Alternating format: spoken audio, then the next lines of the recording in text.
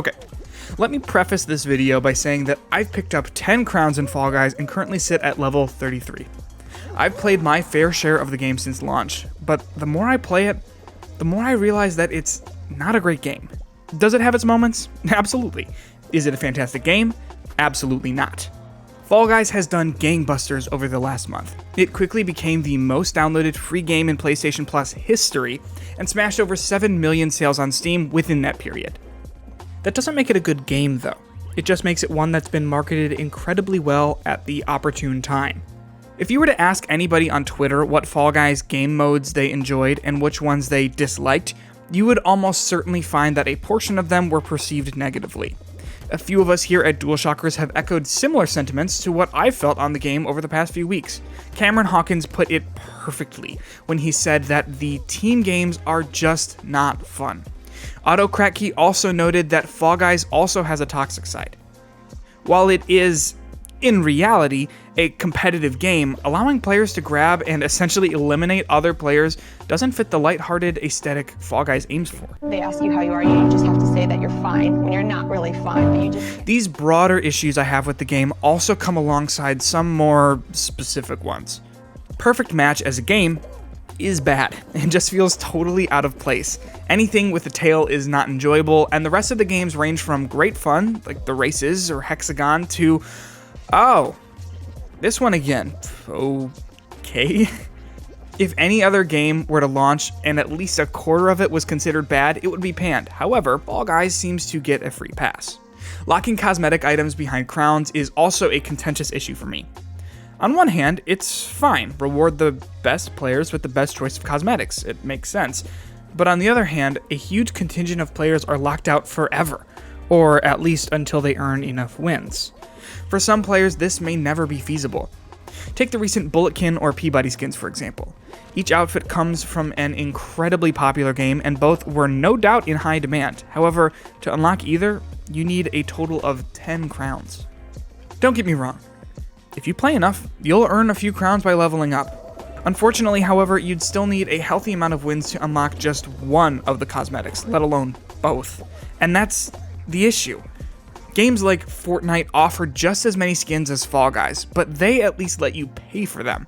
Okay, yes, microtransactions aren't great either, but at least if you want something badly enough, you have the option to pay for it, allowing those less skilled players to at least have a chance of unlocking their favorite skin. For me, Fall Guys' popularity is less about how good of a game it is and more of an indication of how to sell your product. Right from the beta, Fall Guys was made to feel special. YouTubers, streamers, websites, and more were all given an abundance of codes to dish out to anybody who was interested. This created a rush to see what the game was all about. This strategy got people talking about the game, tweeting about it and streaming it, and generating palpable levels of hype. If you didn't get a beta code, you felt like you were missing out. I certainly did in that first weekend of the beta. Twitter was awash with conversations about Fall Guys, and there were constant giveaways. Twitch also was on fire, and the game consistently had tens of thousands of viewers, becoming the most watched game over the beta weekends. The Fall Guys beta was made to feel like an exclusive club. It was made to feel like the hottest ticket in town, and if you didn't have a code, you weren't coming in. Mediatonic's trick, however, was that although it was made to feel that way, everybody was welcome. There were so few codes available that although there was a rush for them and they were made to feel exclusive, they were anything but. The rush just meant that more people got access to the game, which in turn generated even more conversations, and it snowballed from there. By the end of the beta, thousands of people had played the game, and therefore Fall Guys had thousands of new prospective buyers. The Fall Guys Twitter account has also undoubtedly played a huge part in the success of the game. While the beta was happening, the account sat around 40,000 to 60,000 followers, but since its launch, it skyrocketed to almost 1.5 million. The account is known for posting spicy tweets and for its engagement with the audience, often responding to their memes and retweeting their fan-created outfits. Like the beta, this created a snowball effect, one which, again, everybody wanted in on. Everybody was creating skins, artists, fans, and even companies like KFC got involved. Heck, we even made one. For the first couple of weeks, if you weren't playing the game, you were creating mock-up skins for it, or at least appreciating other people's work on Twitter. That's how you keep the conversation going, and that's how you get your audience to market your game for you. More recently, Fall Guys hosted a massive charity bidding war for special effect. The highest bidder got, you guessed it, their own skin in the game. This once again created what Fall Guys is great at: hype. Bids started in at $10,000, $15,000, $50,000, $100,000, $500,000, and before the final bid, a whopping $1 million came in. Everybody wanted a piece of that action. Bidet companies, esports brands, streamers, content creators, anyone who could afford it was interested.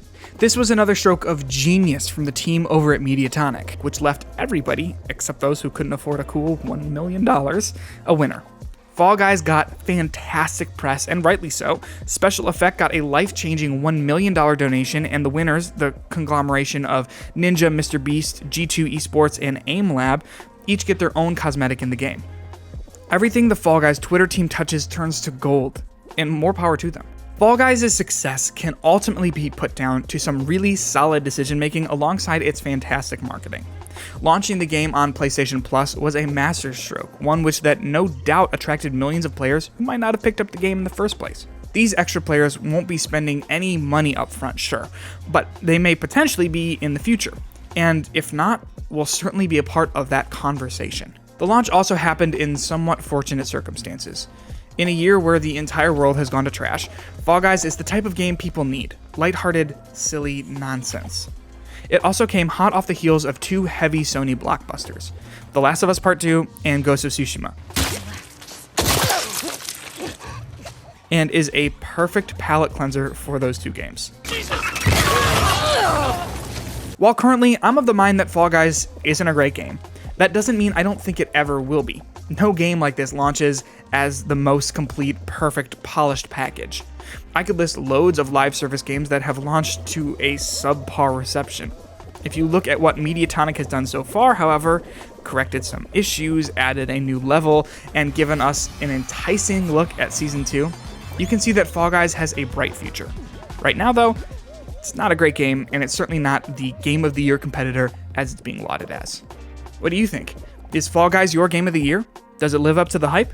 Leave a comment below and remember to subscribe for all things Fall Guys right here on Dualshockers.